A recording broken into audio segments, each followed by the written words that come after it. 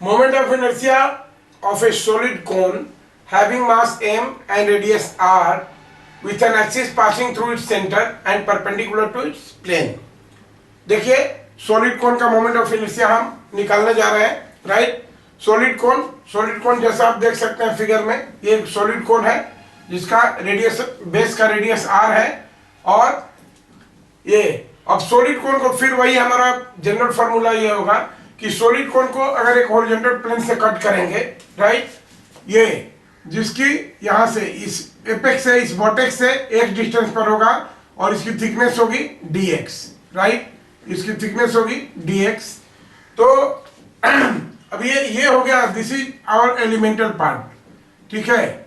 ये elemental part हुआ जो बेसिकली एक डिस्क होगा, राइट। तो और मान लेते हैं कि इस डिस्क की रेडियस r है, स्मॉल r मान लेते हैं, radius of this disc is small r। तो ये अब चलिए अब इस एलिमेंटल डिस्क का फिर वही मास निकालते हैं, mass of this elemental disc. तो कितना हो जाएगा, दिस इज dm, कितना हो जाएगा, मास पर यूनिट वॉल्यूम, सॉलिड कोन है, राइट। तो ये कितना हो जाएगा, मास पर यूनिट वॉल्यूम, अगर इसका मास m है, राइट, और वॉल्यूम कितना हो जाएगा इसका, pi R square 1/3 pi R square h।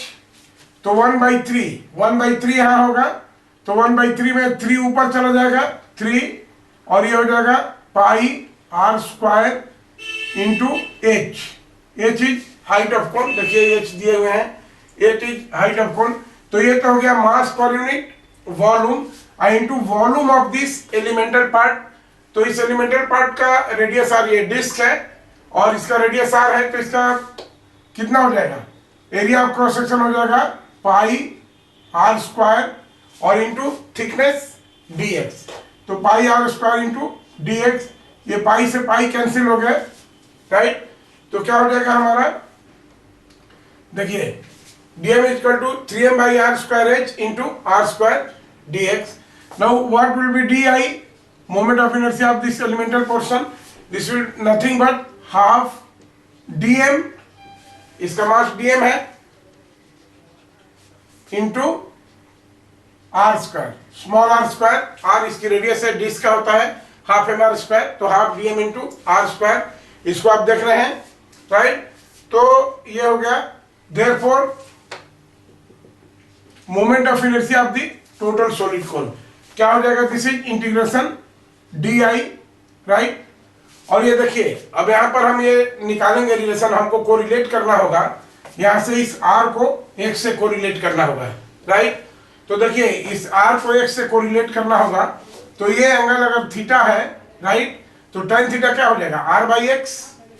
यहाँ से देखिए tan थीटा हो जाएगा r/x, तो tan theta will be equal to r/x।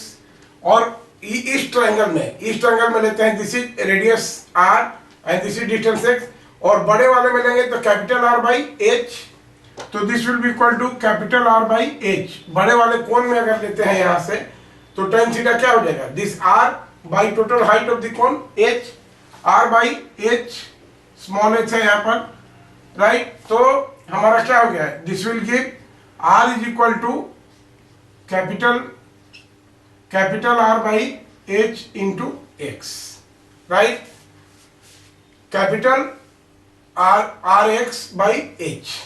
तो देयरफॉर मोमेंट ऑफ इनर्शिया क्या हो जाएगा, देखिए यहाँ पर हाफ, तो this will be equal to integration of di and this will be equal to, देखिए हाफ dm का वैल्यू क्या है, देखिए this is 3m/r square h, 3m/r square h, और r स्क्वायर dx है, r का वैल्यू हम निकाल चुके हैं, तो ये कितना हो जाएगा, r स्क्वायर, तो ये कितना हो जाएगा, r स्क्वायर x स्क्वायर, तो this is r square x square divided by h square, right, into dx। और फिर r स्क्वायर और है इसमें r स्क्वायर और है, राइट। तो एक ही बार इसको हम ये कर लेते हैं,